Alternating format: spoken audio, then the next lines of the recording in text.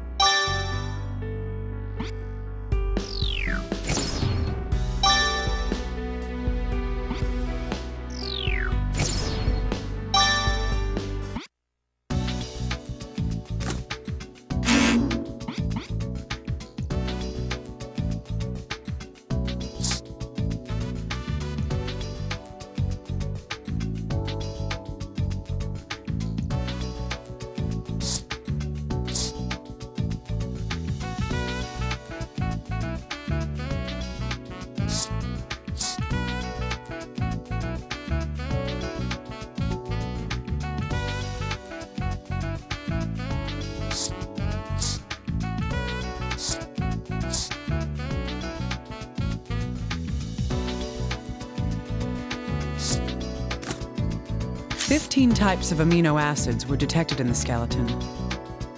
There was a very high concentration of nitrogen as well. If I compare this information with the materials available,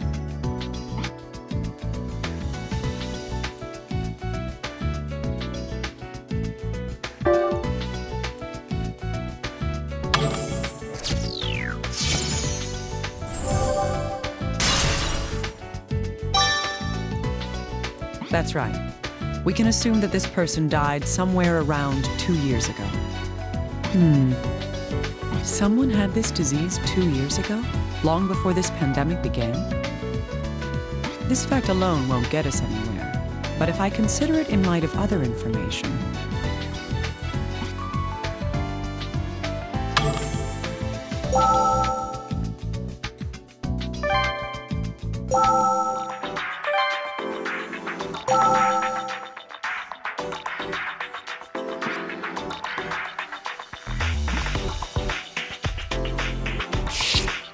there's no damage to the pelvis. I should look at its shape just in case.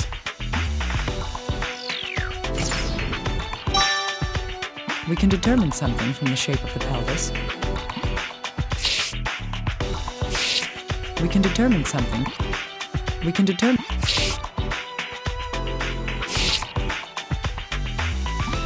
The skull has triangular orbital bones. Is there any information that can be deduced by the shape of the orbital bones? The cranial sutures have begun to fuse, but they aren't completely fused yet. This is what's causing the cranial sutures to resemble broken lines instead of solid ones.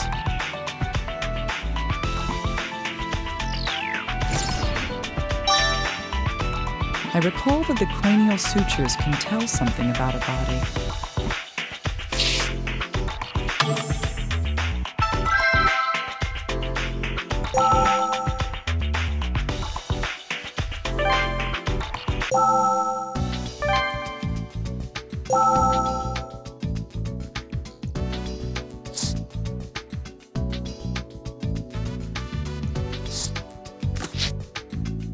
That's right. A person's age at death can be determined from the state of the cranial sutures.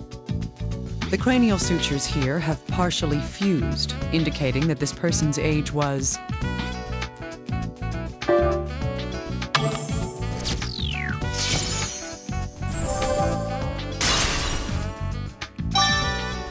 Yes, the fusing is consistent with that of a person in their 50s. In other words, it means that this person was around 50 years old at the time of death.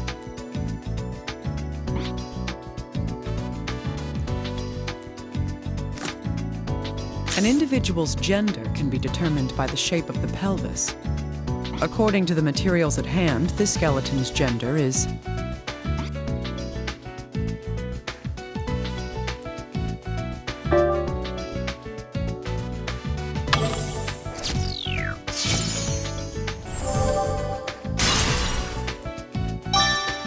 yes, the pelvis is heart-shaped.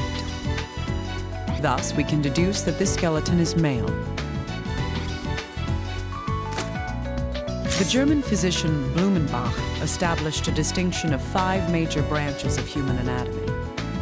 One point mentioned in determining a person's race by skeletal features is the shape of the orbital bones. Comparing this with the materials at hand, this skeleton's race is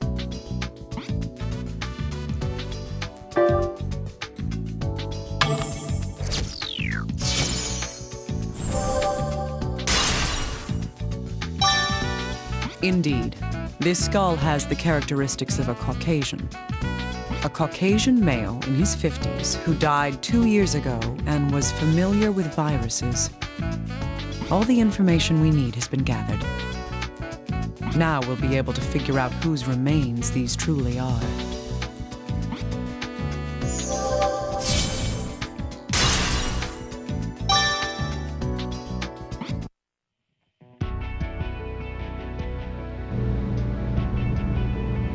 We couldn't identify this body after all.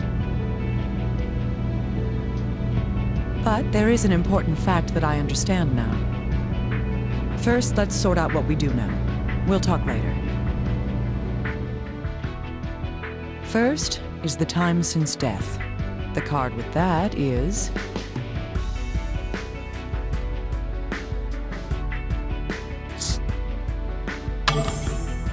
yes. The nitrogen and amino acids in the bones prove that. Remember, the body's soft tissue was gone before it was found. This suggests that the body wasn't underwater or buried. Next, I have the card stating the gender of the body.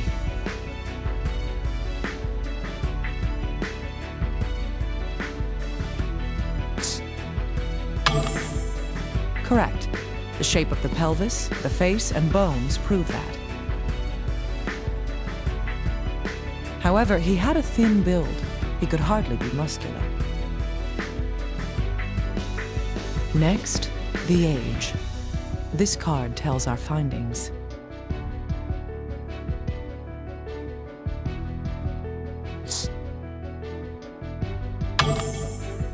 That was careless.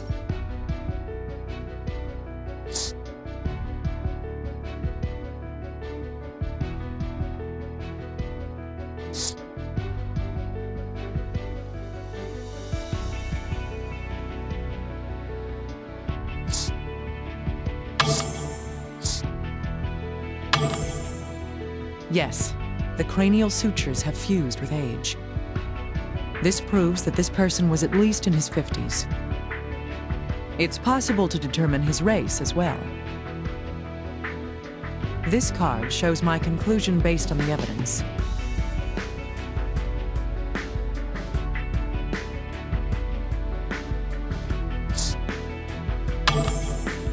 Racial differences are mainly exhibited in skull shape. The eye sockets, cheekbones, nose ridge, it's clear. Our next clue is his occupation. Now, this is only speculation. But I believe this card shows what he did for a living.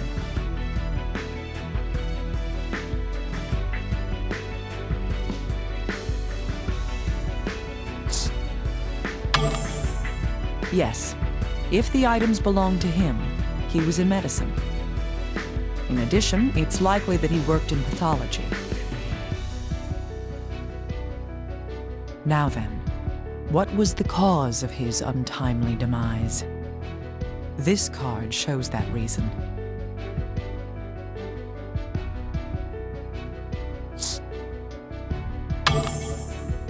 A virus living within a corpse long after the host dies. I don't want to believe it, but bones don't lie. The virus passes into the mucous membranes on contact.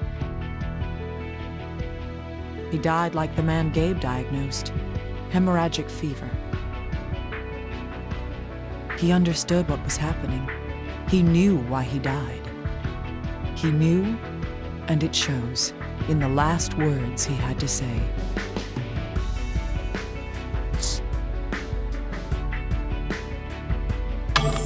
My son, forgive me. I was enticed by the devil. That is the truth, illuminated by the light of this life. With this in mind, I can use the data to find an individual. He's...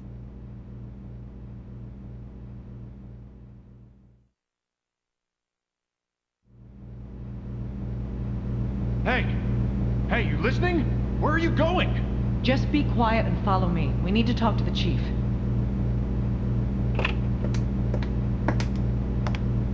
Chief, I'd like to speak with you.